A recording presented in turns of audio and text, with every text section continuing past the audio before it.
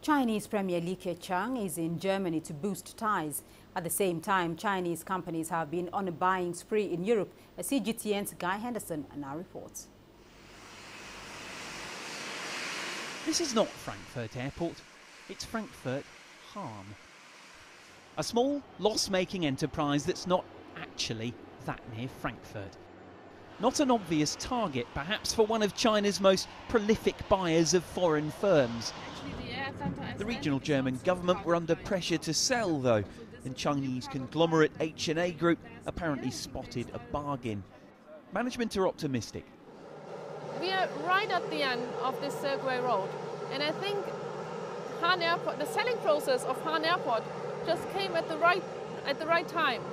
So it was an opportunity to have a kind of a finishing point to this Circular Road at this airport. HNA declined to be interviewed until the deal is finalised, leaving the airport itself to express hopes that it could lead to a dramatic change in fortunes. This used to be a US military airfield, which almost certainly would have closed down at the end of the Cold War when the Americans left, if the regional government here hadn't stepped in to support it. So it wasn't great news in 2014 for the area, when EU regulators ruled that the subsidies would have to stop, leaving the renewed threat of complete shutdown and the loss of more than 2,000 jobs. Data provider Dealogic reports that between 2015 and 2016, HNA Group overseas deal expansion totaled $11.6 billion, buying into aviation, logistics, tourism, and recently the company's become the largest single shareholder at Deutsche Bank, despite increasing scrutiny of mergers and acquisitions by Chinese and European regulators.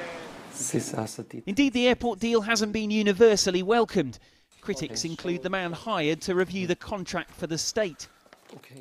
There's no risk for HNA. They pay 15 million, or let it be a little bit more, with a in Germany founded company after German law, and they get nearly 80 millions of euro for nothing, for nearly nothing.